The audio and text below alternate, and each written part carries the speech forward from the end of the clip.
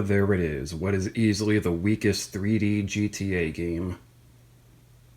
Now, why is this? Well, let's start this review off with the game's story. And to begin, this story takes place in Liberty City in 1998, which is 3 years prior to the events in GTA 3. And you play as Tony Cipriani, a mobster who did something big and was in hiding for the last few years. So now he's finally able to come back home to Liberty City. And because of all the respect he has earned, he is able to work directly under the boss of the mob, Salvatore Leone, which is a returning character from GTA 3. And well, that's really the major story beats here, because the rest of the story is just them trying to run the city, get control of the city, whether it be trying to take out rival gangs in a citywide gang war, or trying to work with Donald Love to try and make him mayor so that way he would work with them. And well, for what it's worth, for as general as a story this is, it's not bad. It's just that there's one very significant missing component here, especially with this being a GTA game, that being that this game has no clear villain. And I mean, this is such a travesty because, I mean, again, this series has such iconic villains like Big Smoke or Tenpenny or Lance Vance or Catalina,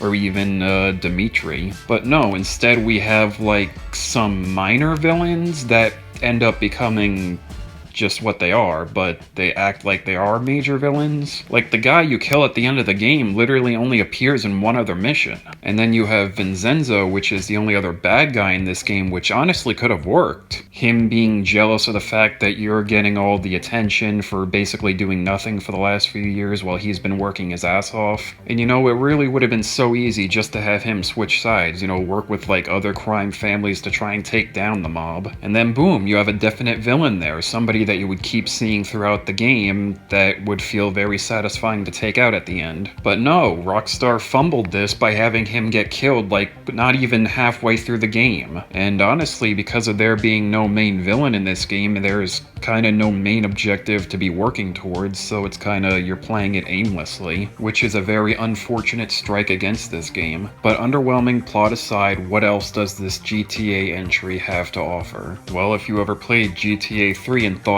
man, I sure do wish I could drive a bike in this game, well, this is the game for you. Yeah, this game gave you the ability to drive bikes in it, so now you can cruise through all areas of Liberty City on like a motorcycle or a dirt bike or even a moped. And although I didn't play enough of this game to figure this out, but I wouldn't be surprised if you could fly a helicopter in this game now.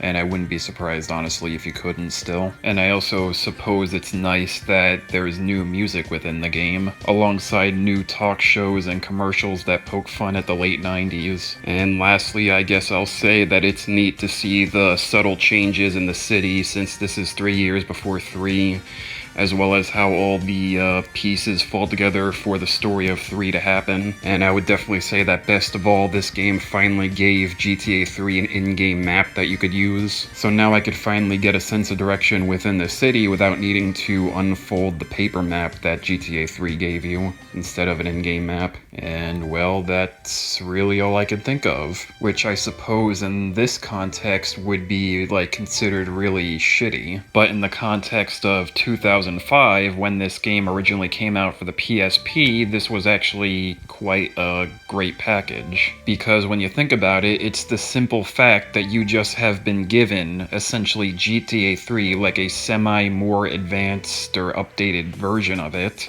for your PSP that you could take anywhere. And I mean, just think about that. GTA on the go, that's freaking awesome. Especially in comparison to the last portable GTA that was released for the Game Boy Advanced, which was overhead, and then this one was in full-blown 3D. This must have been one hell of a commodity to get on the first day. It's just the issue is, this is still a portable game. Portable games are not going to be as good as an actual console game. Especially when a year later, when the game came out on PS2, it kind of just faded into the background because there were already other greater, better GTA games for the system available. And well, 18 years later, that's kind of just the same fate that the game has had since then. A fine game on its own, but easily overshadowed by its older siblings, as well as its younger ones. And let's be perfectly honest, the fact that they chose to go back to Liberty City of all places, it wasn't doing this game any favors, because the city has always been portrayed by them like as boring, drab, and dreary, which I mean, mean, I get it, they're trying to portray the low underbelly griminess of New York. It's just that if you had the option, would you rather go there or to the neon-lit Vice City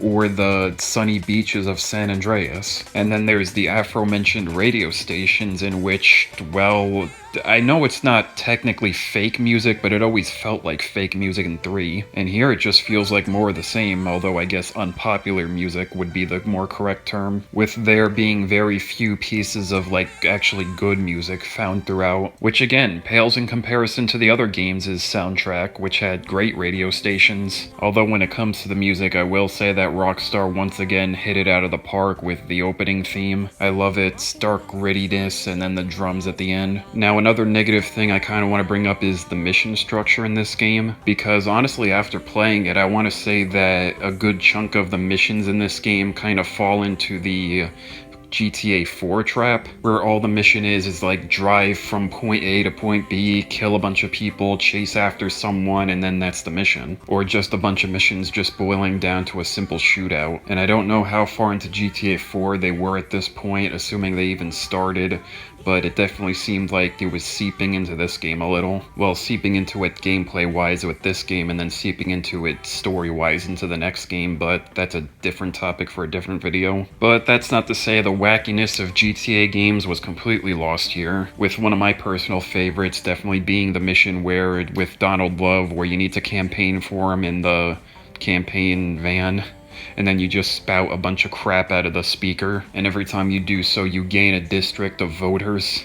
If only it was that easy in real life. But I think that's everything I gotta say about this game. So I guess I'll end it with this semi-positive note then, is that although it definitely is inferior to other games in the series, at the end of the day, this is still a GTA game. If you want to boot this game up, plug in some cheat codes for some weapons, and then go into some full-blown GTA action where you fight the cops off until they bring in the tanks, you can do that. Or if you want to play the missions all the way through to beat the game, you can also do that. But with all this said, I do have one final conclusion that I do want to say about this game. That being, when they made these games, they knew they didn't need to put as much effort into them as compared to their console games. Whether that be due to console restrictions and limitations not allowing them to do what they really want to do, or just them simply not wanting to do it just because they didn't want to do it. Or I suppose they didn't have to do it is another way of looking at it. And this again is because of what I said earlier. They knew what they were doing. They were about to release a 3D GTA out into the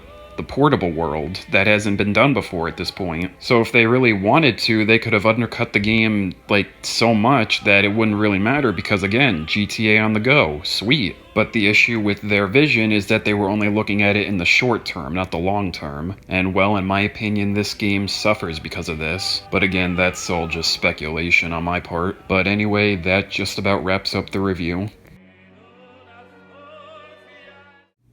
And although this game may be a victim of circumstance, it's still, at the end of the day, not that bad of a game.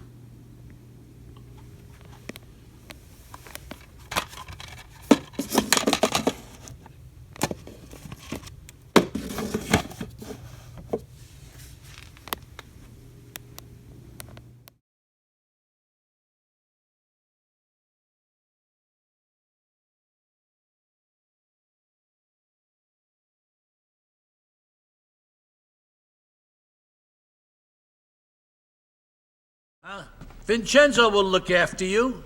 You need some money? Ask him. You need a job? Lucky he'll take care of you. What more could a family guy ask for? He said it! He said it!